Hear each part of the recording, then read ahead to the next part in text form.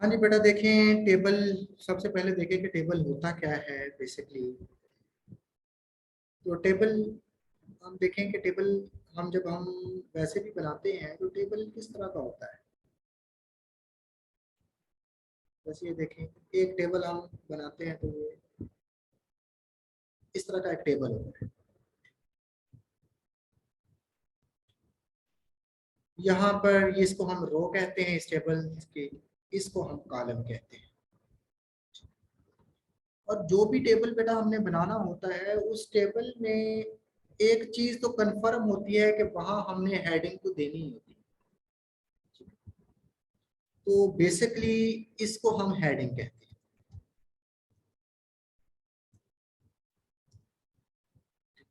Heading के अंदर फर्ज करें हम लिखते हैं जैसे रोल नंबर,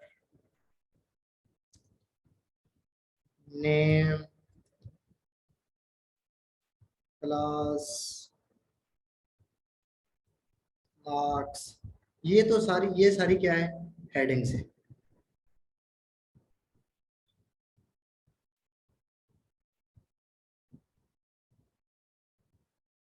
अब इसमें जो हमने ये डाटा रखना है, ये जैसे रोल नंबर 1, 2,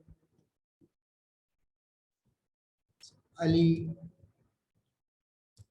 उस्मान, ये क्लास आ गई 11th,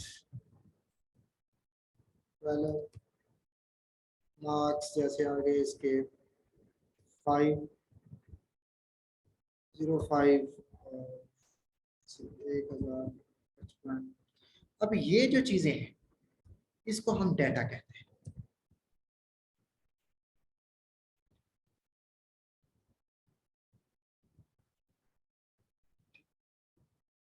हाँ जी बेटा, समझ आ गई है बात की कि ये जो हमारी होती है इसको हम हेडिंग कहते हैं, ये जो चीज है। और ये जो नीचे होता है ये इसका क्या होता है, डाटा होता है। अब आपको पता होना चाहिए कि हेडिंग क्या होती है और डाटा क्या होता है टेबल्स के अंदर। कि ये जो ऊपर लिखा होता है एट्रीब्यूट, जैसे roll number, name, class, marks, ये सारी हेडिंग है।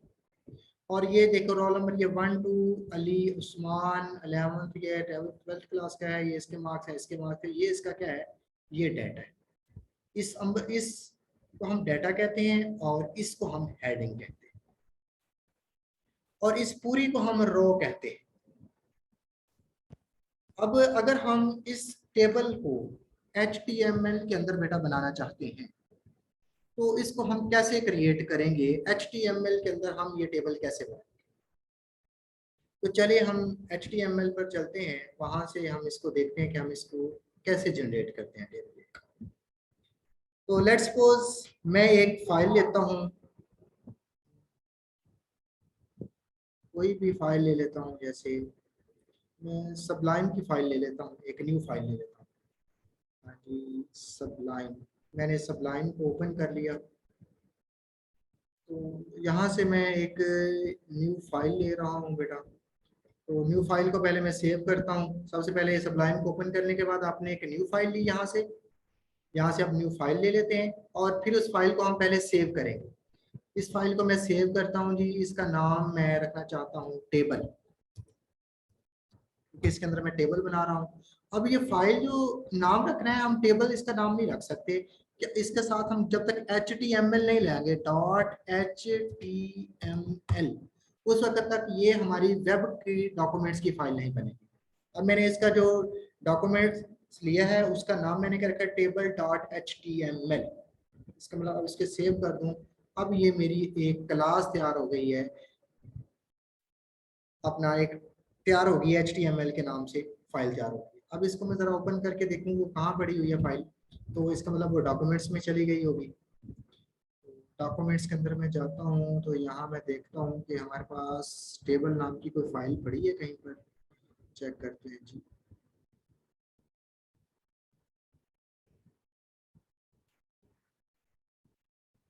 ये बड़ी है, देखिए। अब इसमें फाइल को ओपन करूँ तो ये फिलहाल खाली है, इसमें कुछ भी नहीं लिखा हुआ। चलिए इसे मैं क्लोज करता हूँ फिलहाल। तो इसी फाइल को मैं सबलाइन में ओपन करता हूँ ताकि मैं इसमें कुछ लिख सकूँ। Open with सबलाइन text. सबलाइन टेक्स्ट में जैसे मैंने लिखा, अब देखा मैं इसको पहले से क्या लिखता हूँ, HTML। जैसे HTML लिखा तो HTML टैग सामने आ गया है, तो ये उसने इसका स्ट्रक्चर बना दिया।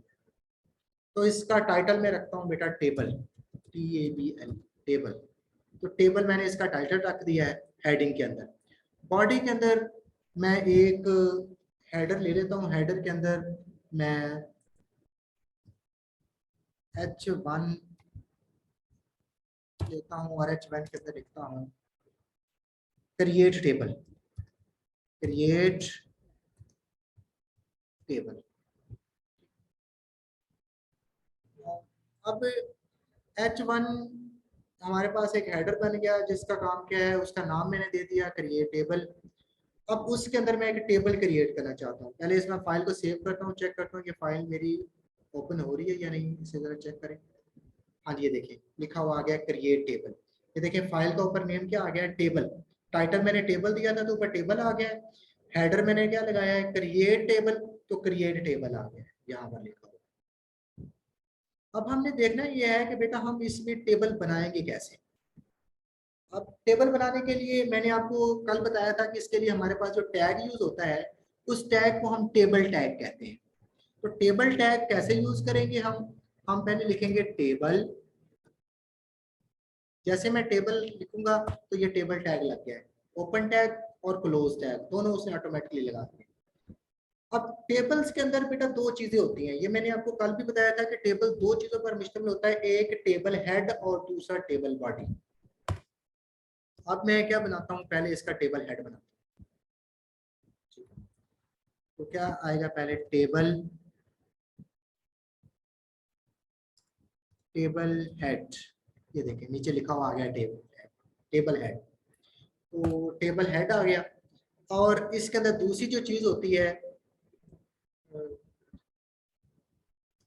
वो टेबल बॉडी होती है। तो मैं इसका दूसरा टैग लगाता हूँ टेबल बॉडी। तो ये बॉडी लिखा हुआ है। हाँ जी बेटा, दोनों टैग लगा दिए मैंने। टेबल के अंदर मैंने दो चीजें ऐड कर दी हैं, एक टेबल हेड और दूसरा टेबल बॉडी। अब टेबल हेड क्या और टेबल बॉडी क्या, ये मैं पहले बता चुका हूँ कि इसको हम टेबल हेड कहते हैं, ये हेडिंग है हमारी। और इसको हम, ये जो डाटा है इसको टेबल बॉडी कहते हैं। इस हिस्से को, ये जगह रिकॉर्ड रखा हुआ है 1 2 उस्मान अली, ये 11 वाली, ये बेसिकली बॉडी के अंदर शामिल होता है। और ये ऊपर roll number, name, class, marks, ये बेसिकली किसके अंदर आता है, टेबल हेड के अंदर आता है। अब टेबल हेड के अंदर हमने बनाना क्या है, ये देखें, इसको हम पूरी को क्या कहते हैं, रो। इसको हम क्या क्या कहते हैं, इसको रो कहते हैं। इसका मतलब टेबल हेड के अंदर हम अब क्या बनाएंगे, एक रो क्रिएट करते हैं।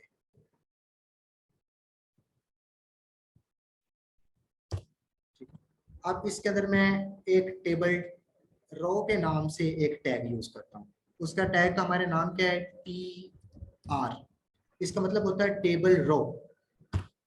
ये अब टेबल रो का हमारे पास एक टैग लग गया है। हेड के अंदर मैं क्या बना रहा हूँ, रो बना रहा हूँ।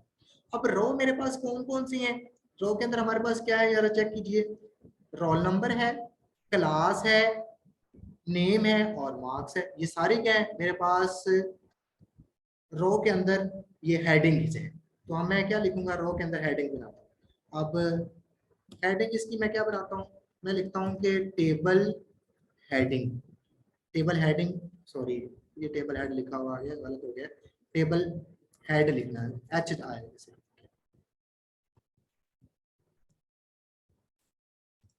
हाँ जी, ये आएगा टेबल हेड। टेबल पहला हेड क्या है हमारे पास, पहला टेबल हेड है जी रोल नंबर, रोल नंबर, ये पहला टेबल हेड है। अब दूसरा टेबल हेड हमारे पास क्या है जी, नेम। ये देखो दूसरा टेबल हेड हमारा क्या है, नेम। तो यहाँ मैं क्या लिखता हूँ,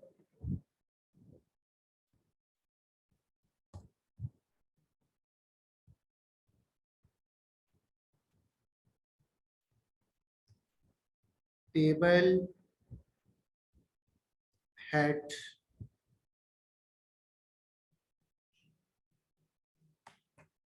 एक मिनट बेटा, लाइट चली गई है, मैं लाइट ऑन कर लूँ।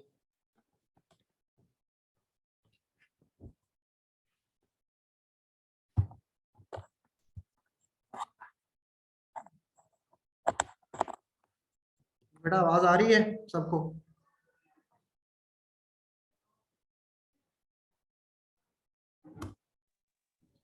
हाँ जी बेटा आवाज यस आ रही? सर।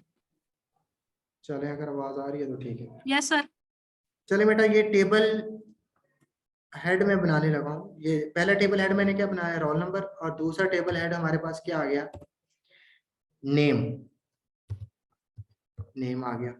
अब तीसरा टेबल हेड हमारे पास क्या है, टेबल हेड तीसरा था हमारे पास जैसे क्लास, और चौथा टेबल हेड हमारे पास क्या था, टेबल हेड मार्क्स। हाँ जी बेटा यहाँ देखें, हमने सबसे पहले क्या किया है, टेबल्स के अंदर टेबल हेड एक बॉडी तैयार की है और दूसरा टेबल बॉडी। एक टेबल हेड, दूसरा टेबल बॉडी। अब टेबल हेड के अंदर हम जो रो बनाना चाह रहे हैं, उस रो के अंदर टेबल हेड कौन कौन से हैं, roll number, name, class, marks. इसको मैं जरा सेव करके इसको मैं जरा चेक करूँ ये हमारे शो हो रहे हैं या नहीं हो रहे। हाँ जी ये देखिए ये शो होने लगे हैं। ये देखिए क्या आ गया, रोल नंबर, नेम, क्लास और मार्क्स आ गए। ठीक है। अब अभी फिलहाल ये इस हालत में है कि आपको एक रो में नजर आ रहे हैं, ये कॉलम्स के अंदर अभी डिवाइड नहीं किया, उसके ऊपर बॉर्डर नहीं लगा। अभी हमने इस एट्रीब्यूट्स इसका सेट नहीं किए टेबल्स के, वो हम आगे चल के करते हैं। अगर इसी के मैं फर्ज करो ये टेबल्स को एक एट्रीब्यूट है बॉर्डर, इसका बॉर्डर लगा देता हूँ जी, फर्ज करो 2 का बॉर्डर लगा देता हूँ। तो कंट्रोल एस करके मैं इसको अब दिखाता हूँ आपको, अब बॉर्डर लग चुका होगा इसका। अब देखो अब बॉर्डर में आ गया है। हाँ जी बेटा नजर आ गया है, ये मैंने जूम कर दिया है। अब देखें हेड बन गया, रोल नंबर, नेम, क्लास और मार्क्स, ये हेडिंग बन चुकी है। अब हमने इसका डाटा एंटर करना है, तो डाटा जो एंटर करना है वो तो बॉडी के अंदर आएगा ना। डाटा जो होता है वो किसके अंदर आता है, बॉडी के अंदर आता है। अब बॉडी के अंदर भी बेसिकली तो हमने ये क्या बनानी है, ये देखो रो बनानी है, इसको भी हम क्या कहते हैं, रो कहते हैं, इसको भी रो कहते हैं। तो हम यहाँ फिर वही अमल करेंगे, यहाँ जैसे टी आर बनाया था टेबल रो, तो यहाँ भी हम क्या बनाएंगे, टी आर, टेबल रो। अब टेबल रो के अंदर हमारे पास ये था टेबल हेड, अब टेबल डाटा होगा, अब टेबल हेड नहीं होगा, अब हमारा क्या होगा, टेबल डाटा होगा, टेबल डाटा, टीडी ये आ जाएगा। अब टेबल डाटा हमारे पास क्या है, पहला रोल नंबर 1। अब दूसरा हमारे पास टेबल डाटा क्या है जी, हाँ जी नेम मैं लिख देता हूं जैसे मुजाहिद,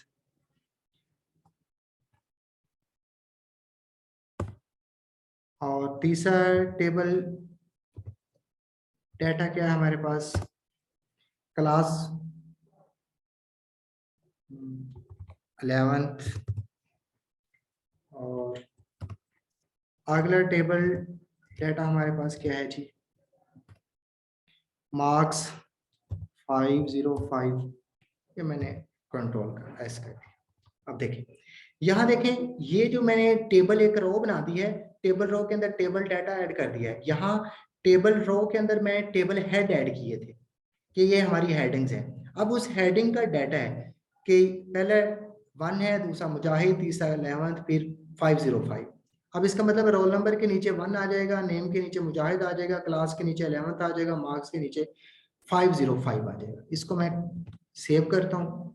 अब इसको जरा चेक करते हैं कि ये हमारे पास शो होता है। इसे मैं यहाँ से रिफ्रेश करता हूँ तो ये देखें, हाँ जी बेटा कुछ नजर आया जी बेटा? बेटा आवाज आ रही है सबको? सर जी हेडिंग्स हैं सारी। हाँ जी, सारी हेडिंग नहीं है बेटा, ये इसको हम हेडिंग कहते हैं, roll number, name, class, marks, ये हेडिंग है। ये इसका डाटा, रोल नंबर और इसके 1, नीचे वाला डाटा है। इसके नीचे वाला डाटा। अब ये देखिए, आप गौर करें ना, हेडिंग का साइज उसने बड़ा रखा हुआ है, डाटे का साइज छोटा है। नजर आ रहा है ना आपको, हेडिंग उसने बोल्ड करके बताई हुई है। और जहां मैंने लिखा ना टेबल डाटा, तो टेबल डाटा उसने देखें उसकी निस्बत उसका साइज छोटा है। तो ये मतलब इसलिए क्योंकि ये डाटा है, वो बता रहा है कि ये हेडिंग है, ये डाटा है। अब इसके नीचे मैंने एक और रिकॉर्ड रखना है, तो वो हम रिकॉर्ड कैसे रखें? अब ये एक टेबल रो तैयार हुई है, अब इसी तरह हम एक और टेबल रो तैयार करना चाहते हैं, तो वो भी बॉडी के अंदर ही होगी। तो मैं यहीं से कॉपी करता हूँ, ये पूरा एक टेबल रो को मैं यहाँ से कॉपी करके एक टेबल रो बना देता हूँ, मैं इसको पेस्ट कर देता हूँ। अब यहाँ जो था रिकॉर्ड, ये रोल नंबर 2 हो गया, यहाँ पर आ गया जी नोमान, और 11th क्लास है, इसके नंबर हो गए जी 456। मैंने कंट्रोल एस कर दिया, एक टेबल रो ये बना दी, एक टेबल रो ये बना दी। इस टेबल रो का डाटा ये था, इस टेबल रो का डाटा ये है। अब चेक करते हैं जरा, क्या दूसरी टेबल रो उसने तैयार कर दी है डाटे की? ये, हाँ जी, ये देखिए, हाँ जी, नजर आ गई बेटा। अब उसने दूसरा रिकॉर्ड में इसके अंदर ऐड कर दिया। हाँ जी बेटा, यहाँ तक तो कोई मसला प्रॉब्लम कि आपने टेबल बनाना कैसे है और उसकी हेडिंग कैसे बनानी है, और उस हेडिंग के मुताबिक आपने उसके अंदर रिकॉर्ड कैसे रखना है। हाँ जी बेटा, इसकी समझ आ गई है बात की? Yes sir. अब बेटा इसके कुछ मजीद एट्रीब्यूट्स हैं जो हम अब देखेंगे, टेबल के एट्रीब्यूट्स। टेबल का एक एट्रीब्यूट्स है बेटा जिसको हम कहते हैं जी बैग कलर। इसे हम क्या कहते हैं? बैग कलर, बी जी कलर। ठीक है, ये एक एट्रीब्यूट है किसका? टेबल का एट्रीब्यूट है। इसका मतलब क्या है कि इस टेबल के पीछे पूरे को कलर कर दे, इसको हम कहते हैं बैग कलर। अब इसको मैं जरा लगा के चेक करता हूँ, ये मेरा टेबल यहाँ से स्टार्ट हो रहा था, ये देखें बॉर्डर मैंने पहले लगा दिया था, अब मैं क्या लगा रहा हूँ? बैग, बी जी, ये देखो ऊपर आ गया, जैसे बीजी लिखा ऊपर उसने दे दिया है बीजी कलर। तो मैं इसको इंटर करता हूँ। हाँ जी, कहते हैं इसका कलर क्या रखना है, मैं फर्ज करो इसका कलर क्या देता हूँ जी, रेड। कंट्रोल एस करता हूँ और चेक करता हूँ क्या उसने टेबल को कोई कलर दे दिया है, ये चेक करें उसको। हाँ जी, नजर आ गया बेटा कि उसने टेबल को बैक पे कलर दे दिया है। अंडरस्टैंड?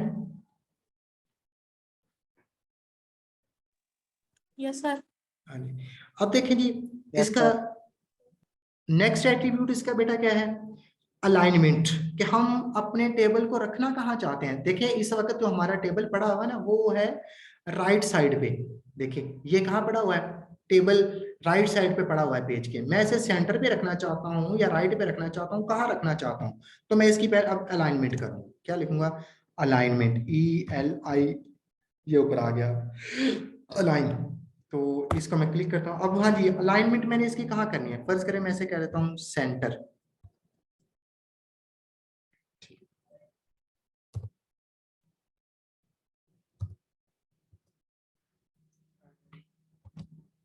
इसे क्लोज करूं, अब इसे चेक करूं कि ये सेंटर में करता है।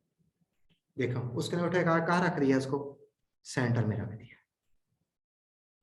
हाँ जी बेटा, नजर आ गया है कि उसने उसको उठा के लेफ्ट से उठाया और सेंटर में एडजस्ट कर दिया। और अगर मैं इसको उठा के यहाँ कहूँ राइट, RIGHT, राइट कर दिया, कंट्रोल एस करता हूँ, आप देखें इसको उठा के वो कहाँ रखता है? उसने राइट पे रख दिया। तो ये हमारे एक एट्रीब्यूट होता है टेबल्स का, कि जिसमें हम क्या करते हैं, उसकी अलाइनमेंट सेट करते हैं कि हम अपने टेबल को पेज के किस हिस्से में रखना चाहते हैं, सेंटर में रखना चाहते हैं, लेफ्ट में रखना है, क्योंकि बाय डिफॉल्ट होता है लेफ्ट। अब अगर हम कुछ ना बताएं तो वो लेफ्ट में रखता है, अगर हम सेंटर राइट में लेके आना चाहते हैं तो फिर हमें उसको बताना पड़ेगा कि हमारा जो टेबल है वो सेंटर में कर। ठीक है, इसके अलावा जी हमारे पास इसकी आगे एक और इसकी प्रॉपर्टी होती है, कॉल सेल स्पेसिंग देखिए सेल, ये नीचे आ गया है सेल स्पेसिंग, नजर आ गया। अब सेल स्पेसिंग फर्ज करो मैं इसे दे देता हूं 20, कितनी दे देता हूं 20, मैंने सेल स्पेसिंग 20 दे दी है। अब सेल स्पेसिंग का मतलब होता है कि सेल के दरमियान जो फासला है वो कितना हो जाए। अब देखें इसे मैं सेव कर देता हूं, तो पहले आप देखेंगे कि फासला कितना है, ये आप ये देखें। अब इन सेल के दरमियान में फासला आपको नजर आ रहा है ना, अगर इसे मैं रिफ्रेश कर देता हूं, अब देखें सेल के दरमियान फासला बढ़ गया, एक सेल और दूसरे सेल के दरमियान देखें ये कितना फासला हो गया है, सेल स्पेसिंग कितनी होगी है 20। अगर मैं सेल स्पेसिंग कम कर देता हूं ताकि आपको थोड़ी सी पता चल जाए, ये मैंने 10 कर दी कि 10 पिक्सेल्स की स्पेसिंग दे दी जाए। अब इसको जरा दोबारा चेक करें, तो इसको मैं रिफ्रेश करता हूँ, हाँ जी देखें उसने उसकी स्पेस कम कर दी है। तो पता चल गया कि बेटा कि सेल स्पेसिंग का मतलब क्या होता है, एक सेल और दूसरे सेल ऊपर से नीचे से हर तरफ से उसने इसकी स्पेस दे दी है, इसको हम कहते हैं सेल स्पेसिंग। और एक और एट्रीब्यूट होता है उसे हम कहते हैं सेल पेंडिंग, उसको हम क्या कहते हैं सेल पेंडिंग।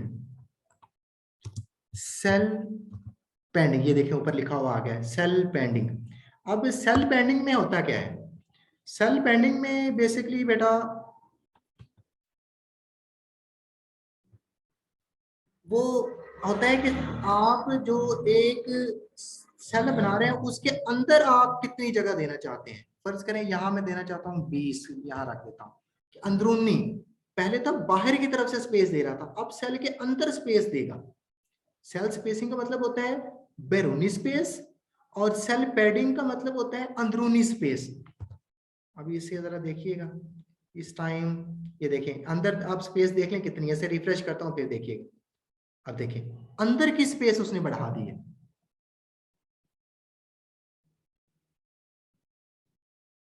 हाँ जी बेटा नजर आ रही है कि उसने इंटरनल स्पेस को बढ़ा दिया है।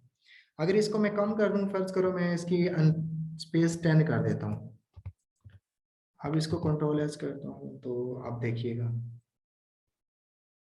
इसको मैं रिफ्रेश करता हूं, ये देखिए अब उसने इंटरनल स्पेस कम कर दी क्योंकि मैंने 10 किया है तो उसने भी 10 कर दी। हाँ जी बेटा इस चीज का पता चल गया है कि सेल स्पेसिंग और सेल पैडिंग क्या होती है। सेल पैडिंग होती है इंटरनल स्पेस, और सेल स्पेसिंग होती है एक्सटर्नल स्पेस, के बाहर की तरफ उसे कितनी कितनी स्पेस चारों तरफ मिले। और सेल की जो पैडिंग उसका मतलब होता है उसकी इंटरनल सेल के अंदर उसे कितनी स्पेस देनी है। हाँ जी बेटा आगे चले। Yes sir. चलेंगे आगे, हम इसको करते हैं जी सेल, इसकी हाइट और विड्थ भी बेटा सेट की जा सकती है, वो भी हमारे ऊपर होता है कि हम इसकी हाइट और विड्थ सेट कर लें। तो अगर आप हाइट और विड्थ सेट करना चाहते हैं तो लिख देते हैं एच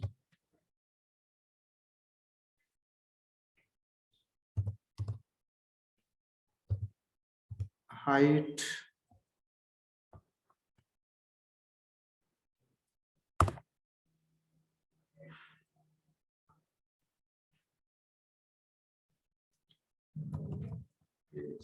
लिख नहीं रहा, विड्थ डब्ल्यू या विड्थ। हाँ जी विड्थ इसकी कितनी रखनी है हमने, फर्ज करें मैं 200 पिक्सल की रख देता हूँ 200 पिक्सल, और इसकी जो हाइट है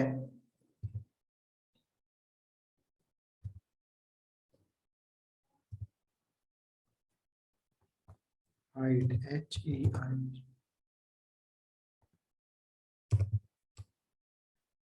हाइट एट्रीब्यूट शो करवा रहा,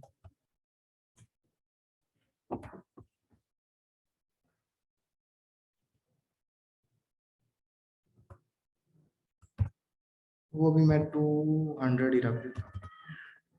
हाँ जी कंट्रोल एस करता हूँ, अब चेक करते हैं क्या इसको वो स्पेस देता है।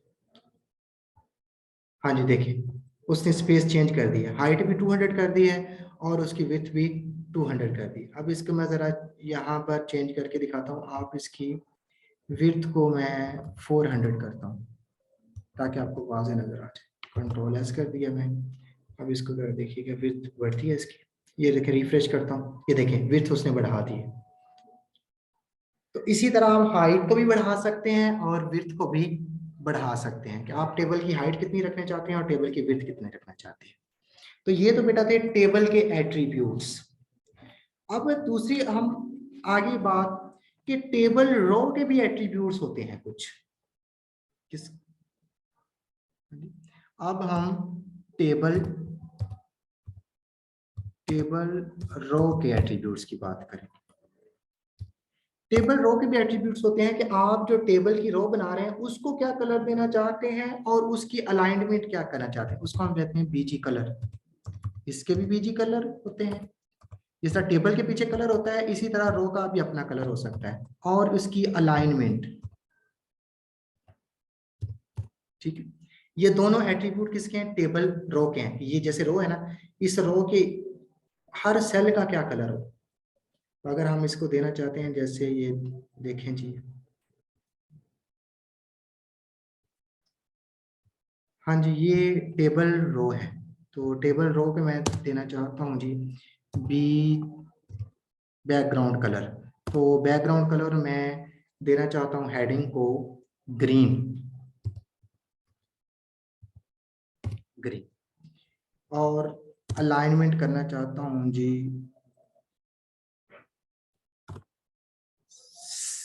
सेंटर। चलिए इसे मैं चेक करता हूँ कि आप देता है ये बैकग्राउंड कलर रो। हाँ जी, हाँ जी बेटा, नजर आ गया है कि अब देखिए उसने पूरी रो को एक कलर दे दिया है। और पूरे रो में देखें उसने डाटा जो है वो सेंटर में रख दिया है। ये देखें बाकियों का डाटा देखें, ये लेफ्ट में पड़ा हुआ है, सेंटर में नहीं है। इसका मैंने रो का कहा था, हेडिंग का देखिए इसी का कहा है ना मैंने, हेडिंग के ऊपर ही लिखा है ना। देखिए हेडर के जो रो थी उसको मैंने कहा सेंटर में कर दो और उसका कलर जो है बैकग्राउंड कलर क्या कर दो, ग्रीन कर दो। इसी तरह अगर मैं बॉडी में करूं, ये इसका मैं बैकग्राउंड कलर मैं कहता हूं, इसका बैकग्राउंड कलर हो जाए ब्लू और इसका डाटा भी जो अलाइनमेंट है वो भी सेंटर में हो जाए, वो भी क्या हो जाए सेंटर। इसे कंट्रोल एस करता हूँ। अब देखिए अब मैंने बॉडी के अंदर जो पहली रो है ना उसको ब्लू और सेंटर कर दिया है। इसको चेक करो,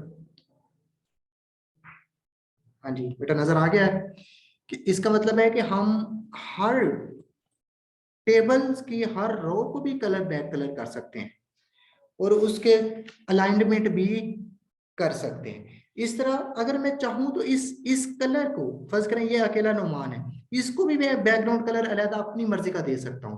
फर्ज करें ये जैसे ये ये है जी, इसको मैं देता हूं बैकग्राउंड कलर। बैकग्राउंड कलर नुमान का क्या होना चाहिए, येलो। येलो कंट्रोल एस कर देता हूँ और इसको भी मैं कर देता हूँ, इसकी अलाइनमेंट जो है वो सेंटर होनी चाहिए।